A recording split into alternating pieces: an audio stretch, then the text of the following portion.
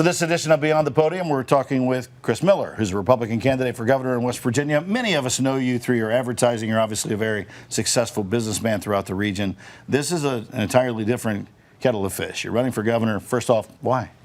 So I like to solve problems, and our state has a bunch of serious problems that we need to get fixed. It starts with population growth. If we don't add 200 to 300,000 people to our state over the next 10 years, we are going to have a major economic catastrophe on our hands. We're in a sweet spot right now where we can. And if you look at the history of our state, you know, I'm tired of being extracted. They've taken our coal, they've taken our natural gas, and we don't have a lot to show for it. Right now, we have a major opportunity. A lot of it has to do with water, which I think is a major key to our future.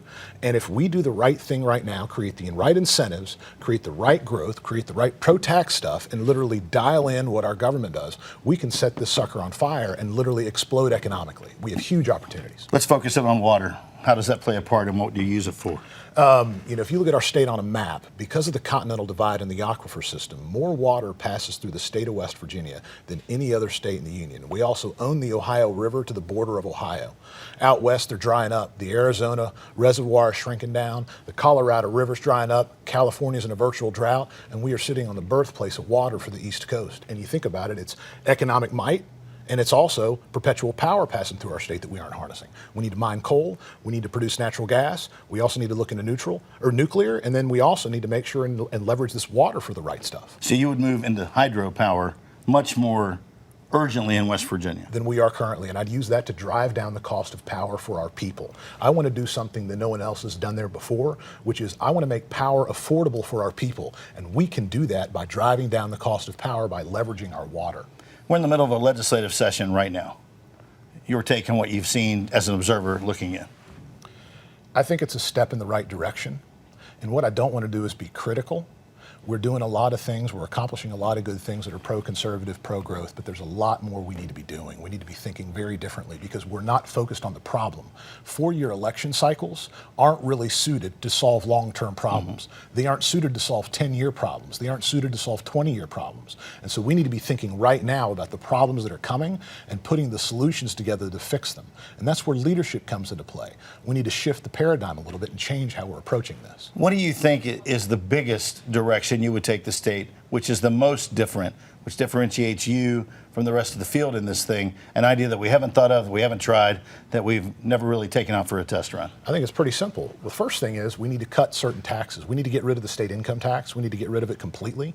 We've gone in the right direction, but we need to get rid of that. 3 of the 4 fastest growing states in the country right now, Tennessee, Texas, and Florida, all have one thing in common. They have a 0 state income tax. And that's because the Trump tax cuts got rid of a lot of the deductions. The rates went down. And so it's creating a lot of movement economically because people don't want to stay in the high tax areas any longer. And the movement's there, it's happening. And so we need to create the right environment to make people want to come here. We've got a lot of stuff that people want: low cost of living, high quality of life. We're surrounded by beautiful hills and trees and rivers and streams. And the people here in West Virginia are like incredible.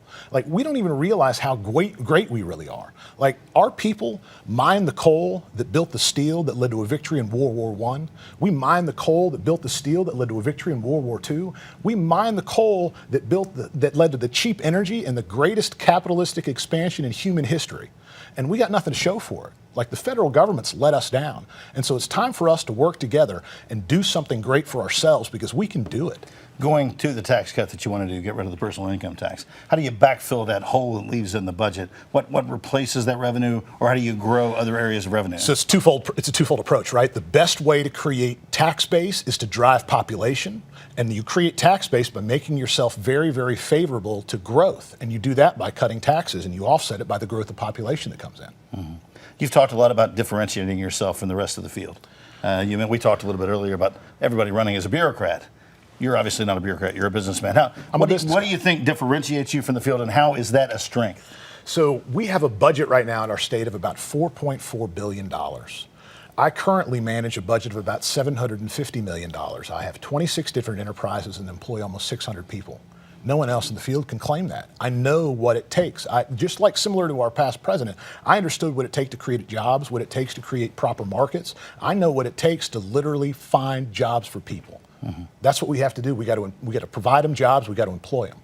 You've developed a character or a series of characters through your advertising for your automobile dealerships. Does that help you? Is it a net neutral? Where does that stand? Some people, people are going to look at that and go, this guy's having a lot of fun. And I think that's going to be the total take. The cool thing about West Virginians we got a sense of humor. We're fun people. We like to have a good time, and that's also what what the commercials are about. We're entertaining. We're having a good time, and we're going to keep entertaining. The guy that's with you in the commercials, is he going to join the administration if you win? I would absolutely love that to happen. Can you imagine him as a press secretary? It'd be fantastic. No, not really, but it would be interesting for sure. He's one of the funniest people I've ever met. One final question for you. There are other candidates in this race who have family ties in politics, obviously. You do too.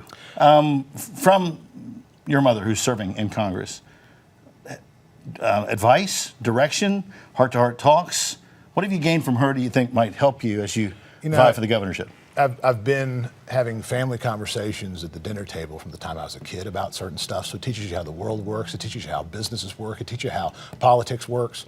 When it comes to politics for me personally, there's not another job I'm ever going to do. You couldn't pay me to live in Washington, D.C. You couldn't pay me enough to do any other job. I don't need a job. I want to fix the state of West Virginia. I want to be involved in the greatest comeback story in history. And I want to take our state and literally fire it into the future and make us great. And that's the appeal. So I'd sign a promise right now stating this is the only job I ever want. You're not going to run for any of their offices. This is it. I want to be able to lead our people and do something special for them. And I'm telling you right now, it all ties back to one thing.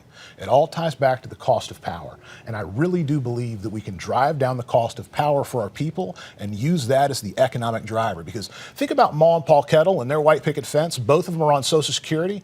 If you cut their power bill in half, you've done something impactful for them in their lives. But then at the same time, when it comes to growth, businesses and other people that realize we've got the right tax structure and we have cheap power, they're going to come here to us. And that's the thing. Like I said, they've taken our coal, they've taken our natural gas. I'm not going to let them take our water.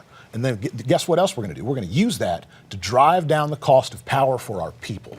Chris Miller, Republican candidate for governor in West Virginia. Mr. Miller, thank you for your time. Thanks so much for having me.